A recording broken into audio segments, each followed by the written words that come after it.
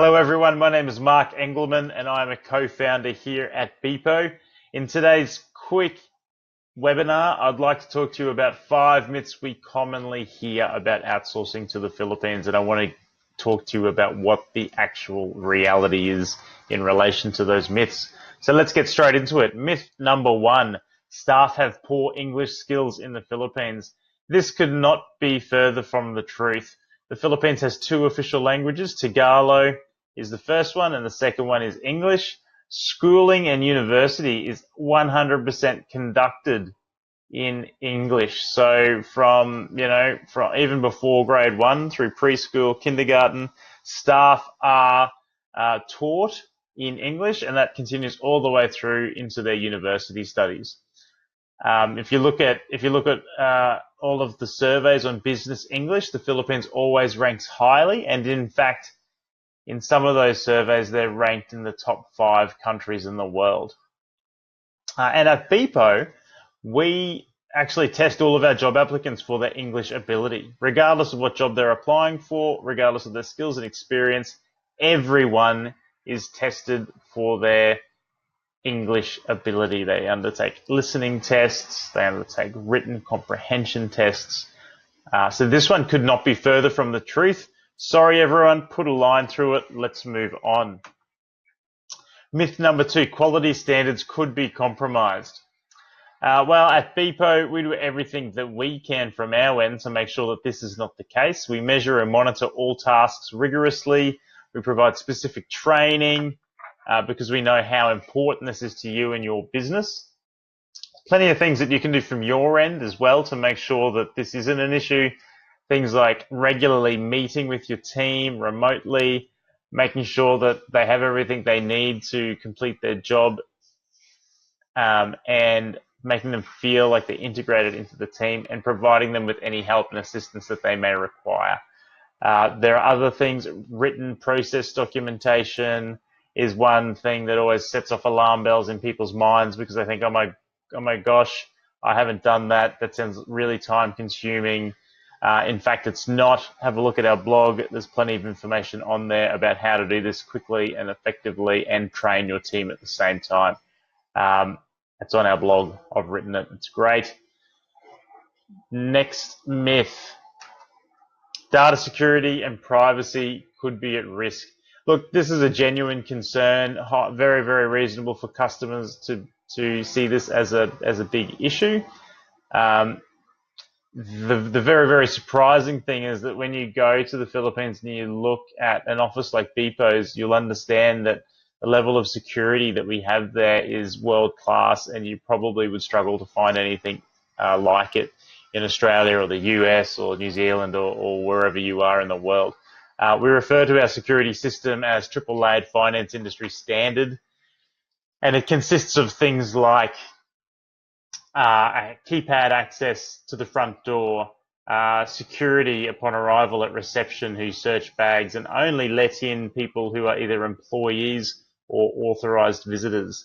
They also search our staff's bags and visitors' bags to ensure that no recording devices are taken into the operations area. So this is things like mobile phones, cameras, USB drives, pens, paper, pencils, anything that can be used to record data and take it from the premises is not allowed into the operations area. Each of our staff members have allocated their own personal locker where they can store all of those items and access them during their breaks when they're outside of the operations area.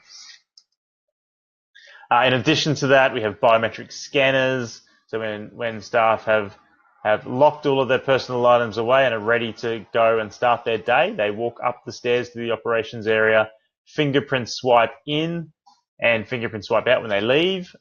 When they're in their CCTV, we have a clean desk policy in place, which is enforced by our client experience team. This ensures that staff have no personal belongings on their desk and no recording devices. The USB ports are disabled on all of the computers. So even if they did take something in there, they wouldn't be able to connect it to a computer and take any data away.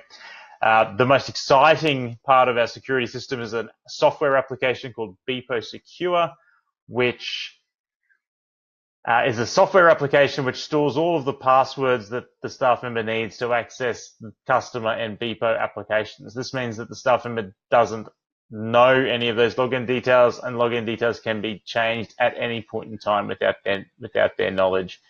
It also means that those applications can be locked down by location and time frame. So they can't be accessed outside of Beepo, and they can't be accessed outside of that staff member's start and finish times for their shift.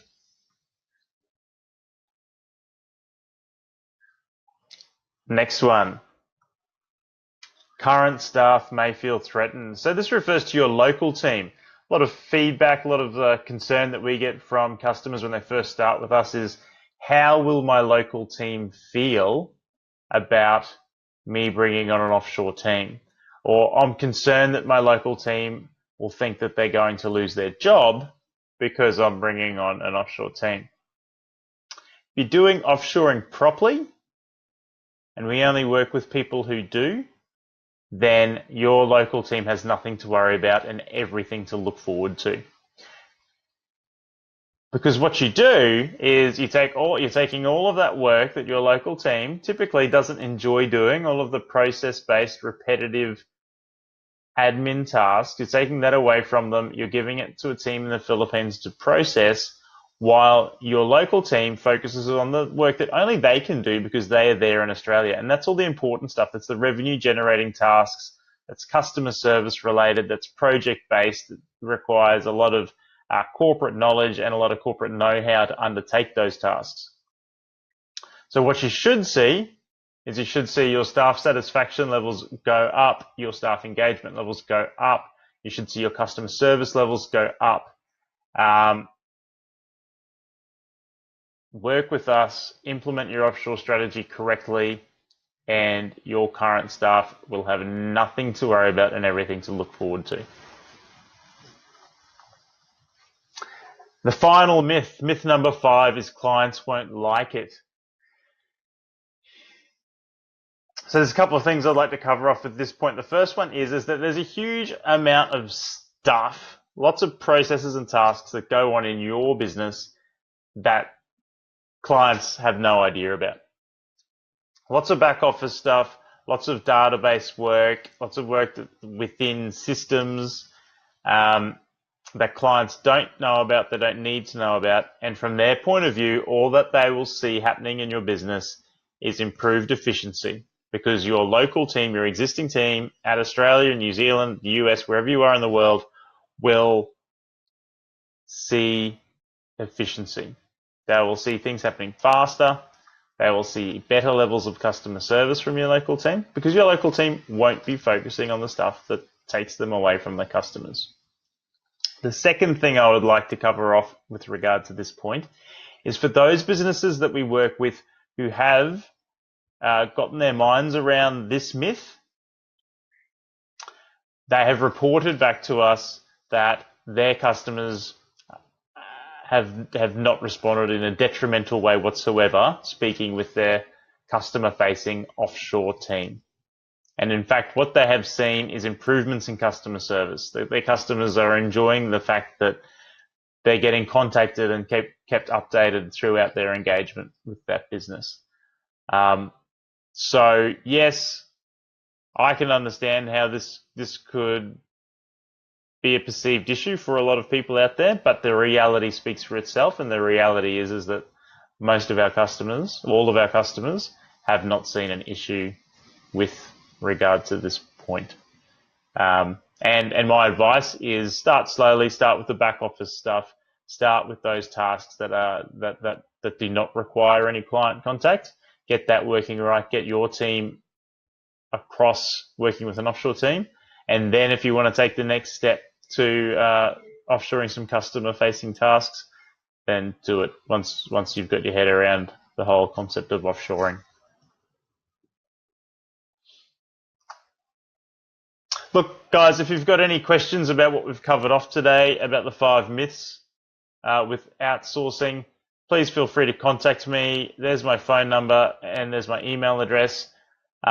There's heaps of information that I've written on our blog as well about process documentation, about training your team, about how to communicate with your remote team, about how to introduce the idea of offshoring and outsourcing to your local team. There's loads of information on our blog. It is literally an encyclopedia for outsourcing. Thank you for your time today. Talk to you soon.